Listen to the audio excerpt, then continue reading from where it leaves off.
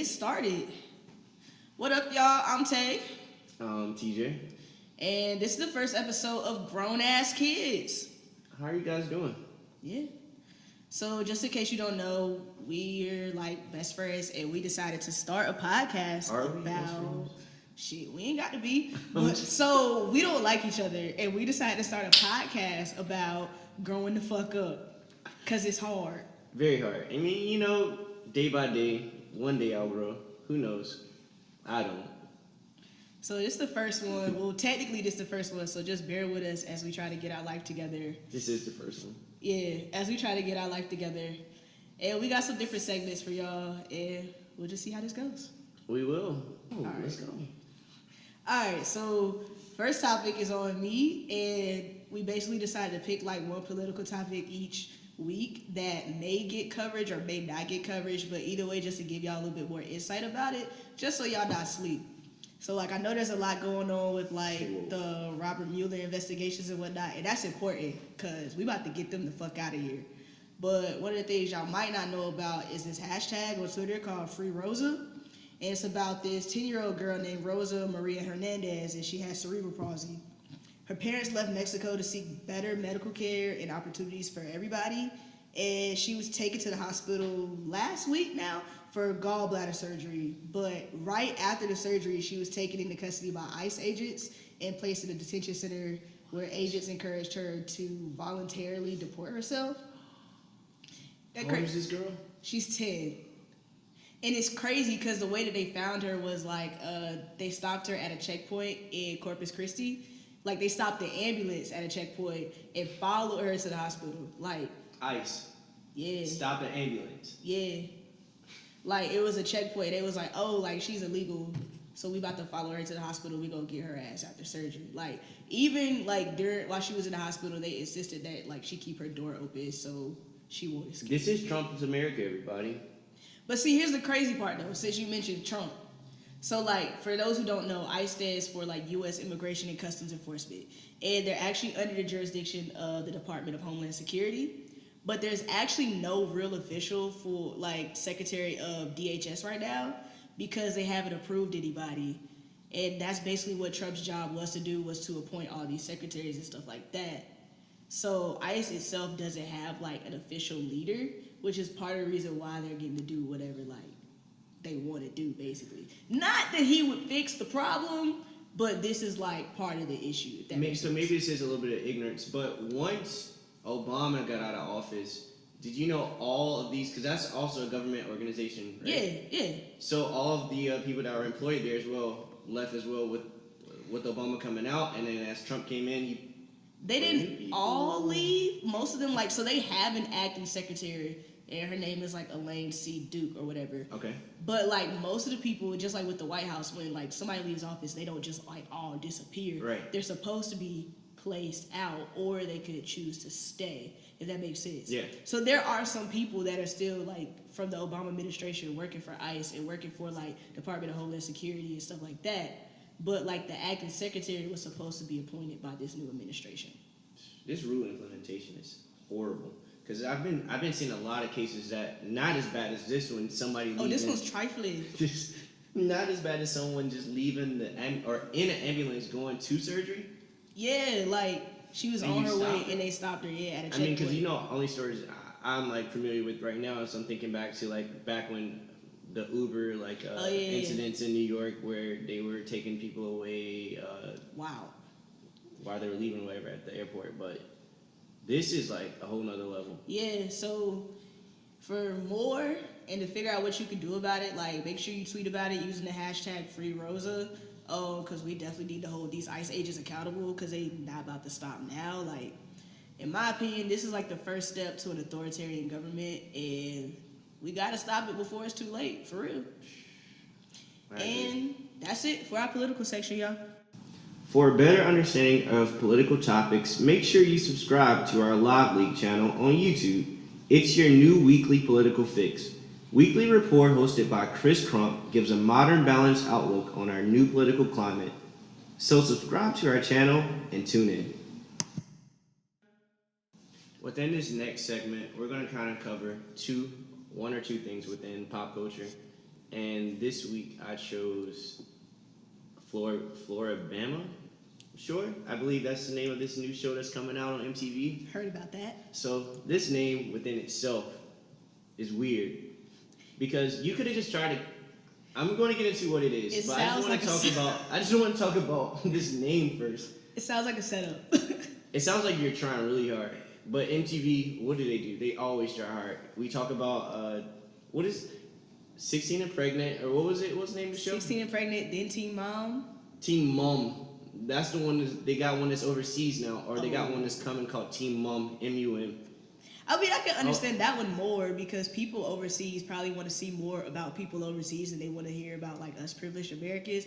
But this Floribama one just sounds like they about to like nig up Jersey Shore, or they about to like make it real backwater. Like I can like all I think about when I hear Floribama is swamps, not the beach, nothing like that. So the Floribama part is just supposed to be about they're actually in Florida.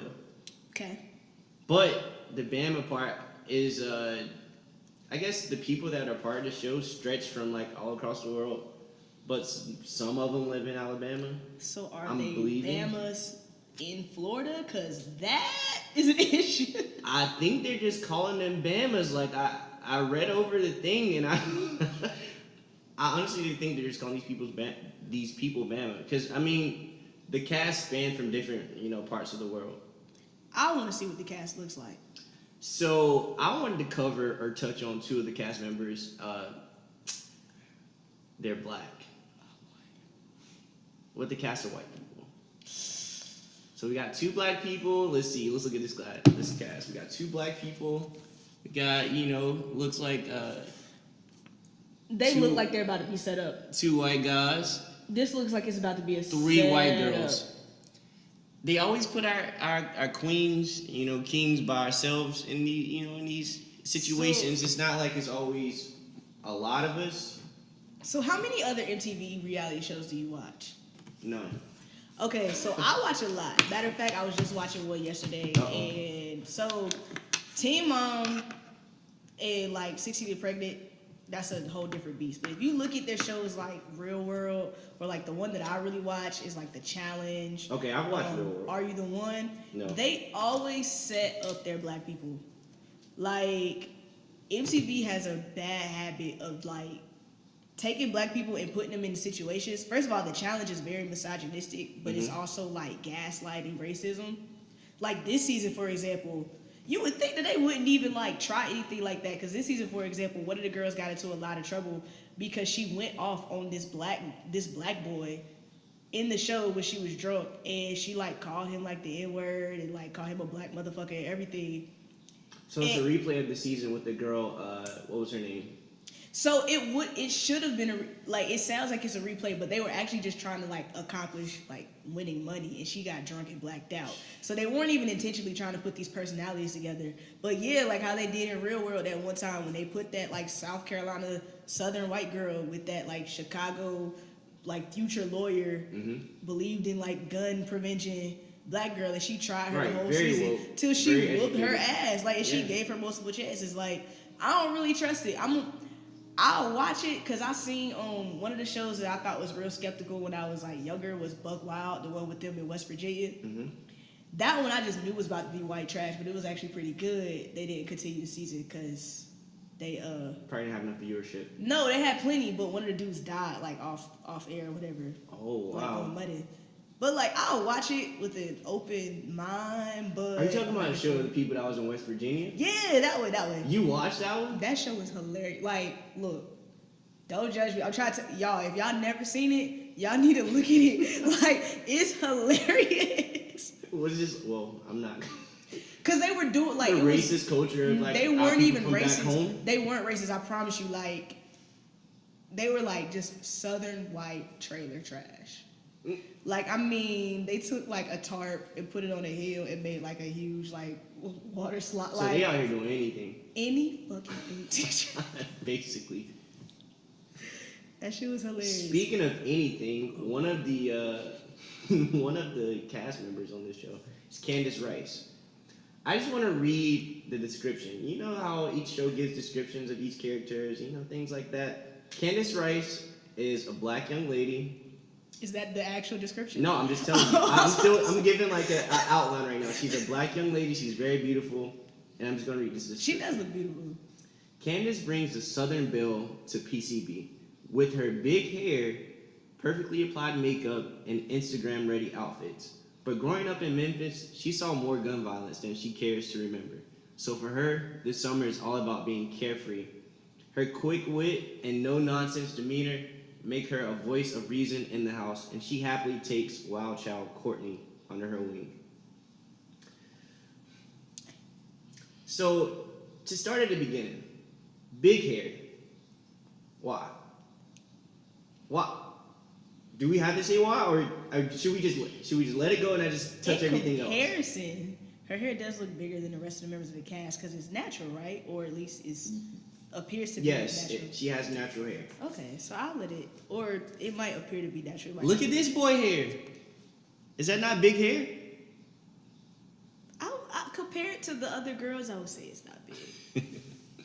But my thing is, always with these descriptions, it's always something I feel like that is undertone and has some type of other meaning to it. I'm gonna let it go. I'm gonna keep it, I'm gonna keep it moving and rocking right now. At least it says she was the voice of reason because they could have just painted her as an angry black girl, even though I already know they about to act like she came from poverty. No nonsense demeanor. But they said she was the voice of reason. How do you say that after? Because they called the other girl a wild child. And then I want to read what they said for Courtney. I wish I had it pulled up because why are you including someone else within her description? We would like to stand on our own in situations like this. And also if she was trying to create a name for herself, you already have somebody else buried under this girl. And which I'm not a fan of. That's all I'm saying. That's true. And just for fun, I'm going to read Kirk. Kirk Meadus. I hope I said his name correctly. 25 years old. This is the black guy. All right. Sorry, I was reading tattoos. Kirk is a Panama City Beach local by way of Atlanta. And with his wild beach hair and a smile that lights up a room, he fully embraces the beach lifestyle. Kirk values family above all else. And this summer, on more than one occasion, he finds himself defending his new family in a bar brawl.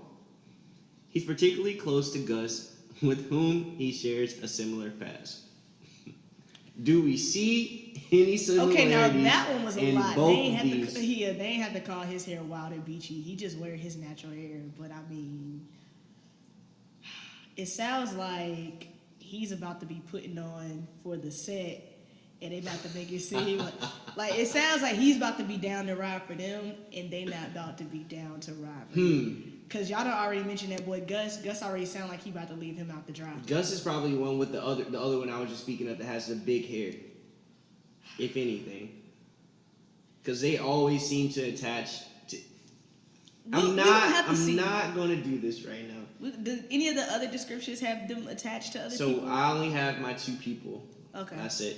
But, I'm not going to cancel it. I'm going to watch it. I'm actually interested. I was a big fan, huge fan of Jersey Shore. I enjoyed everything that occurred with it. I liked, to see Snooki's come up after the show. That's real. Jersey Shore was hilarious. No, it was a really good show, though. I enjoyed it. But I think the reason why I like Jersey Shore is because they were a hot-ass mess, but it didn't involve people of color being a hot-ass mess. Great point. It's like, if they want to be messy, but don't add us into y'all shenanigans to make y'all look a little better. Because MTV is good for doing that. They do that on the shows that I watch. They always make the black people like the devil or throw them under the bus, especially the black women. So I'm gonna definitely be watching out to see what they do with that female character.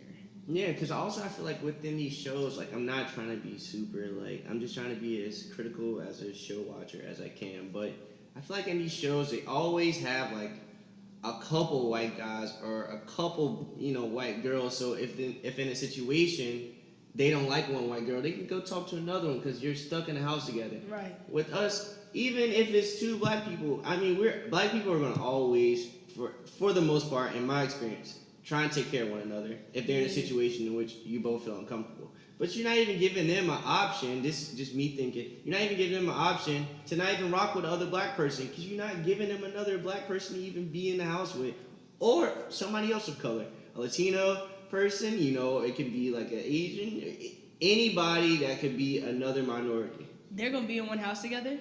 Yeah. I'm interested to see how. I'm interested to see how the black boy interacts with the black woman because black men, and I ain't even trying to put you under the bus like that because you a black man, obviously.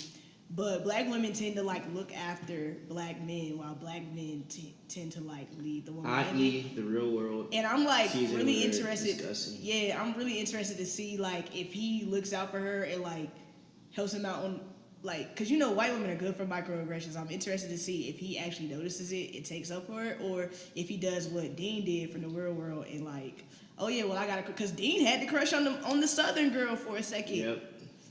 And then when Dean started crying, CJ was there for him. Right there. But when CJ whooped Jenna ass, he was like, oh damn. Let me leave. This has nothing to do with me. So you're completely right. This should be an interesting show just by the dynamic of them having us by ourselves at this beach, and these descriptions is enough for me. Well, we'll see what happens. What's the next thing, TJ? Moving along, we're going to cover Gabrielle Union has a spin-off show as Sid from Bad Boys, which should be very interesting to see.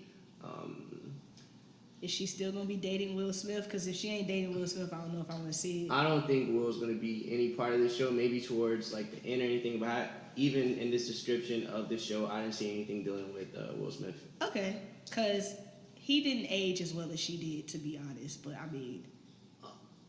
Okay, in this description of Sid from Gabrielle Union, as they have on this website, last seen in Miami, taking down a drug cartel. Now is an LAPD detective and can pursue all the pleasures Los Angeles has to offer and leave her past behind.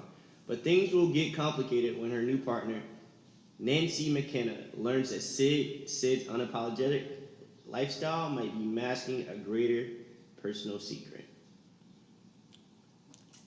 I hope she's gay. I'm all here for lesbian. So I just like how you took secret and went right there. I mean, that could be very interesting, you know. And then unless she's a double agent or something. She was a double agent within the show, or no, her brother just never knew she was a part of the force. Or which one was it? It was both. She was, but they didn't know she was working undercover. Oh, okay. But I mean, I want to run with the gay one. Let's do a lesbian Gabrielle Union, because I mean, reports have said that she seems to be with the shits. So. Literally? Oh, I didn't do that on purpose. Did you see the video of her and D-Wade dancing, you know, the Milli Vanilli, whatever? I saw that, yeah. Don't know who they are, but I want to say that D-Wade did a great job in playing his role. In whatever character, whatever. Oh. This spinoff is being written by NBC's The Blacklist writers and producers Brandon Margolis and Brandon Saunier.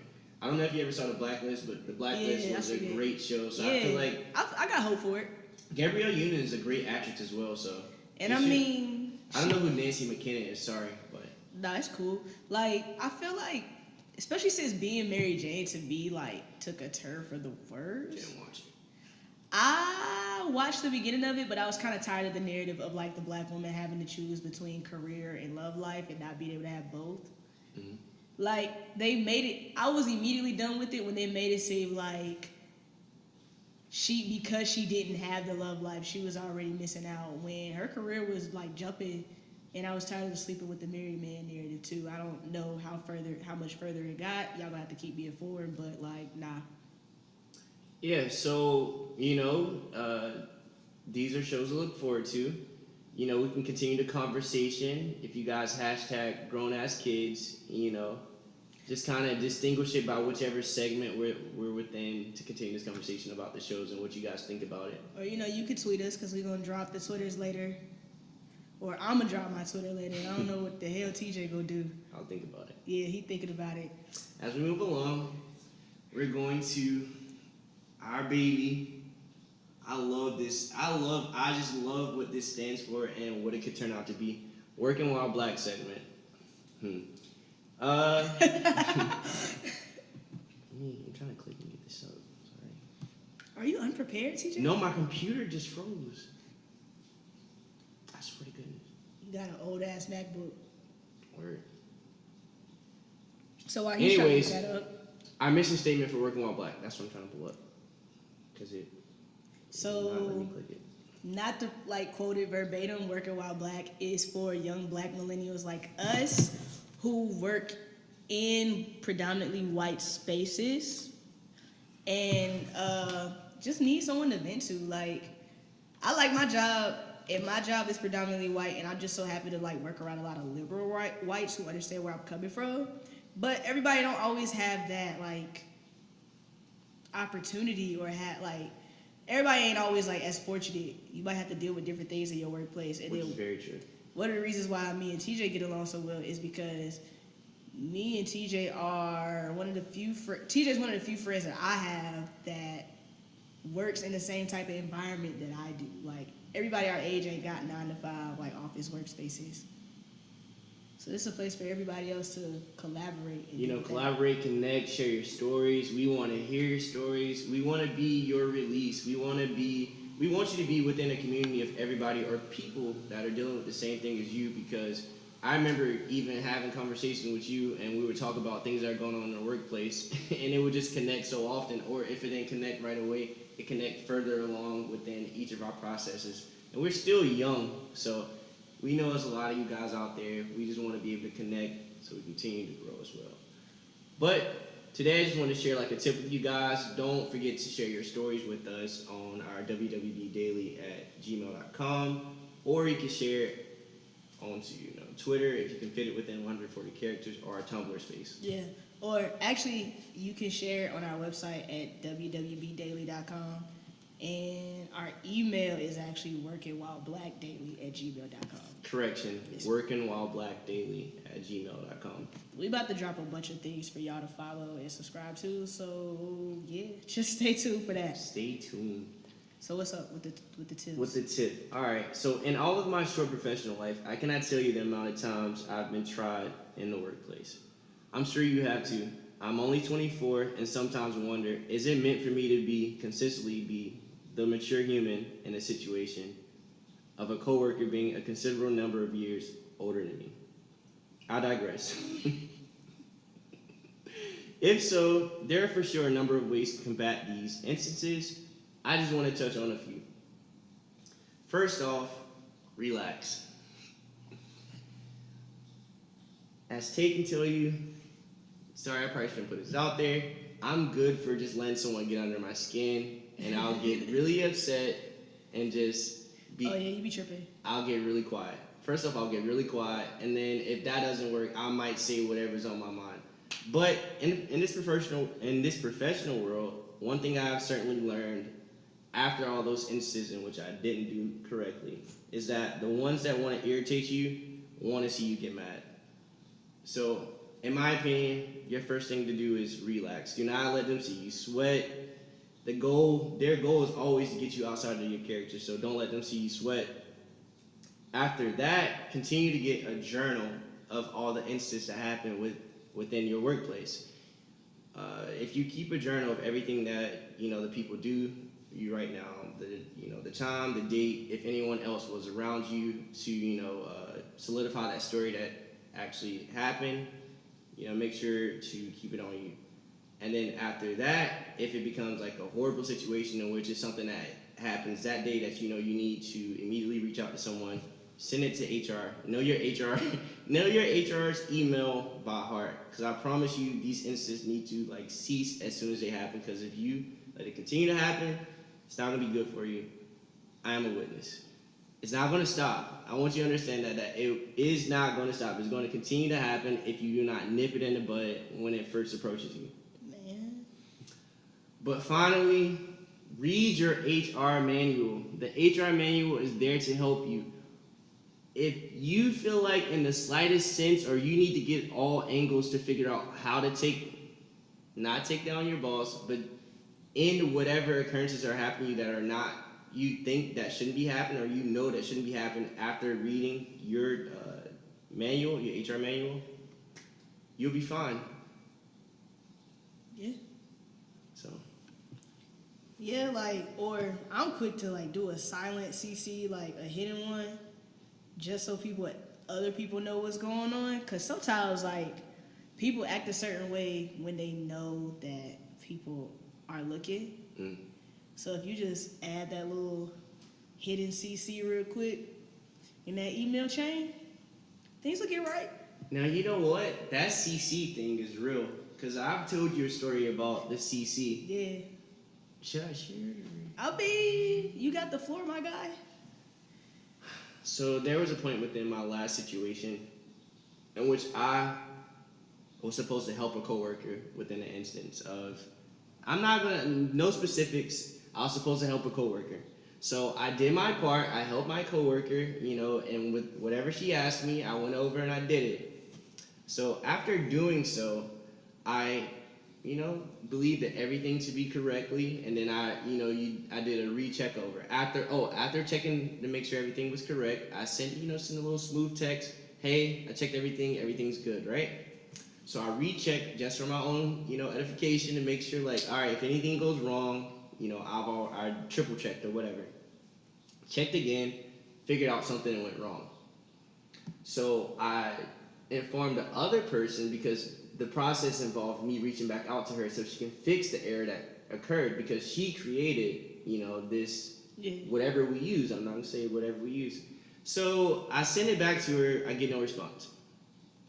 So I'm like, this is tomorrow morning. I'm the one that has to wake up and come here and actually fix this. So I'm going to need you to fix this tonight. So when I come here in the morning, all I have to do is turn on the system, whatever. My boss calls her, and then she calls me, trying to like fuss me out for telling her that something else is wrong. Oh, you already sent like your go text that everything's good and everything like that. And I was just like, well, I made a mistake. You made a mistake. We just need to fix this so we can, move along. So after this all occurred, it took forever for her to send something back, but she never sent anything back. So I sent an email to my boss letting them know, because mind you, it's getting like 5, 6 o'clock. I'm ready to go home or whatever. Let my boss know, like, hey, she didn't fix what she was supposed to do. What are we going to do about this? And the next morning, I come in, it wasn't fixed. It was basically the same error, the same issue.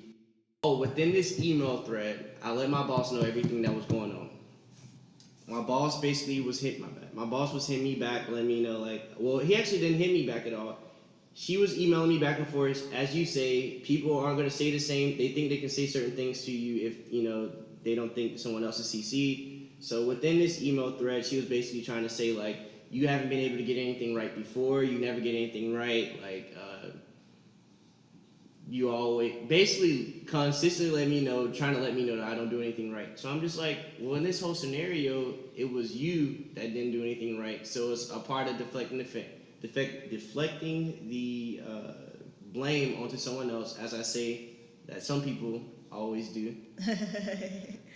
But with that, that's why that little smooth little CC could be something, because now that my boss knew what was going on within the situation, and he's like informed. Yeah. Because they will try you. They will definitely try you. I use a CC. Some of my coworkers use a CC to try to put pressure on me. That don't work.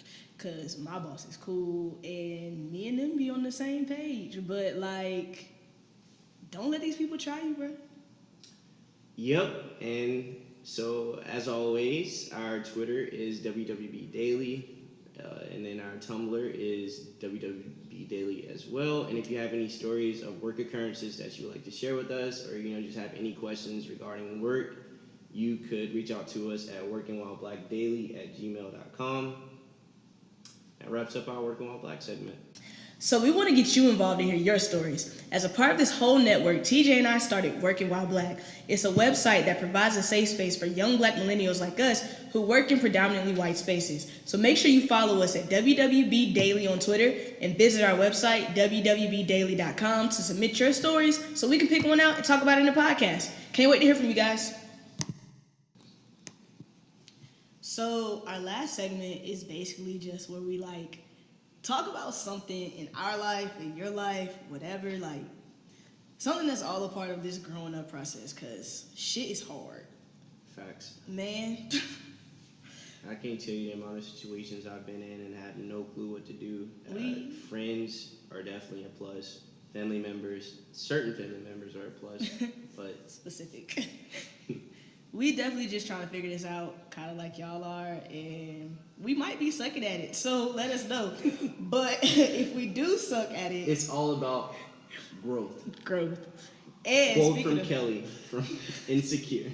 Speaking of growth, if we do suck at it or suck at something, one of the things we want to talk about this time is personal development. How much time do you really spend on yourself? Professionally, personally, spiritually, if that's what you into. I know I try to devote a lot of time to myself. I'm low-key selfish when it comes to spending time with myself, whether it be because I just need to think or because I want to get better at stuff. At work, I'm always trying to figure out how what I'm doing incorporates into what I actually want to do for the rest of my life. This podcast is professional and personal development for me. For sure. I would agree with I'm not going to say that I'm out here personally developing myself every day. I am, trying to grow within my personal development. But as far as self, I've learned to just cut out any negative vibes within my life, or if someone's bringing negative energy towards me, I just literally combat it right there so it ends, so it's not something that's consistent. I feel like if you nip things in the bud as soon as it comes to you, it will end or cease there, or you no longer have to allow that person to come within your space anymore. But those are some things I'm doing to personally develop within myself. And to better yourself? Yeah, and to grow as a person. One of the things I started doing to better myself, besides even if we're not talking professionally, definitely just putting myself out there more. Closed mouths don't get fed. So if it's something that I want to do at work or take charge of, or just something I want to try or learn, I just go ahead and say that I want to do it. And personally, I just learned to listen to myself more. The rest of my friends know, I'm good for just taking 2 to 3 weeks, 2 weeks. Sometimes hiatus. I will take a whole personal hiatus and just listen to myself, because I realized growing up that you don't realize how much people affect your Now listen to this word. thought process, because it's kind of like ads with advertising. You always watching TV and you thinking I ain't about to buy that shit, but in your mind you thinking about these theme songs or whatever, and yeah, you do buy it. And people work the same way, so sometimes I have to step back and just listen to myself.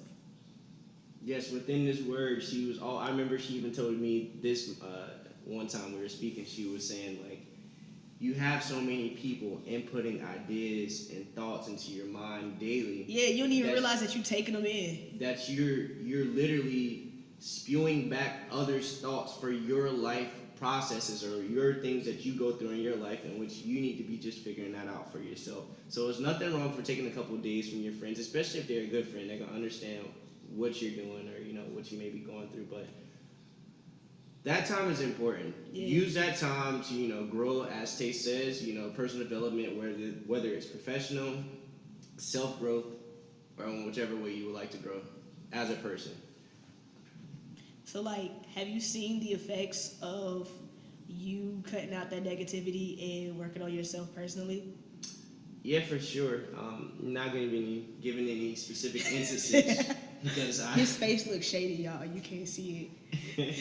But as soon as people try and just as we were just talking about, input their own thoughts and ideas of what they think for your life, I immediately let them know that this is my life in which I said this in a different way, but the words are going to give out specifics.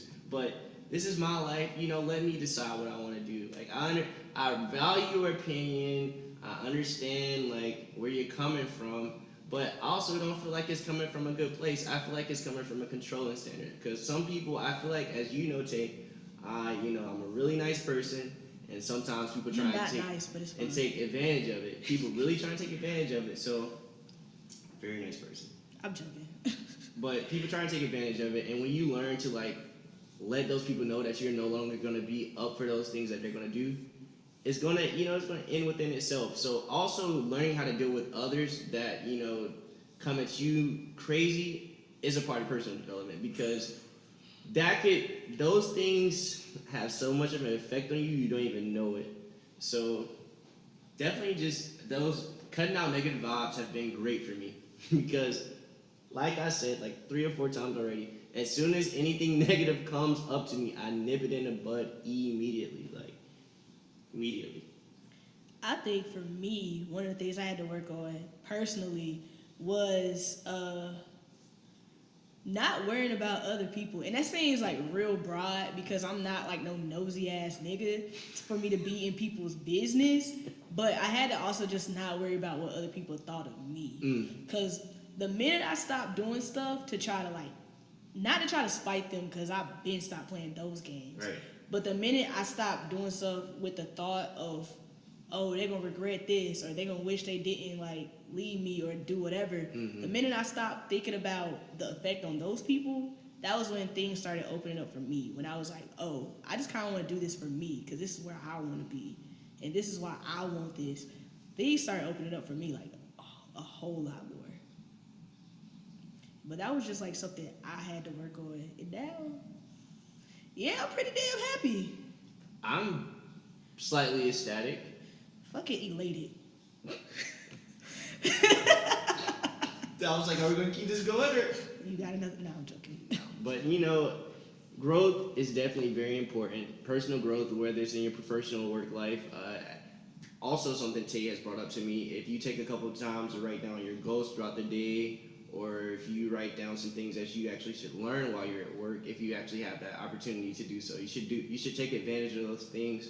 Personal development, just to do like a recap, if you feel like you have to take time for yourself, just cut out all the noise within your life, whether it's negative noise, positive noise, whatever. You need to hear your own noise, the noise of your own brain, the noise of your own thoughts, so you can figure out what your voice is as you're growing within this work world, because we already know you deal with so many things each day. As I was speaking about earlier, you have older people that act younger than you, but I digress. And self-growth, all that's going to contribute to your self-growth, and it'll make you a better person overall. Man, you never too old to learn something for real. School don't stop. Like, learning don't stop because school over. I feel like our generation knows that. Yeah. The older generation doesn't, but that could also be me being But I ain't even just talking about skill set. I'm talking about, like, life. Yeah. How to treat other people. We are no longer your inferiors in that. Fuck yo, this is just the way I am. You better work on it, bro. Because I don't have no time for it. But yeah. I'm hungry. You're hungry? Yeah, my bad. This is our first episode. Nah, I just feel like they're going to be able to hear my stomach growling, so I had to make it known that I'm hungry. Tay's hungry, guys. We're going to feed her. She's about to get some food. But yeah, this is our first episode. Like, hit us up. Let us know what you think. If we need to change something, we gonna take your opinions into account. But we'll see. We'll think about it. Just like I'm thinking about giving you on my Twitter, but I'm not. You can follow me on Twitter at hey_it's Tay, and that's Tay with a TA. You can follow me on Snapchat at TEEJ_Smith. Once again, it's at TEEJ_Smith. Or on Instagram at TSmith11. Well, once you figure out my Twitter, you can pretty much follow me on anything because I made all mine the same. But I suggest you just follow me on Twitter because I don't post nothing on Snapchat unless I'm stunting on y'all. Well, Facts. there's that. But yeah, that's it for the I'm show. definitely in agreement with that statement. Make sure you follow the network at LiveLeagueNet on Follow Twitter. at Live League. So, subscribe to Live League Network on YouTube because we got some videos coming your way. All right, y'all, and that's it. We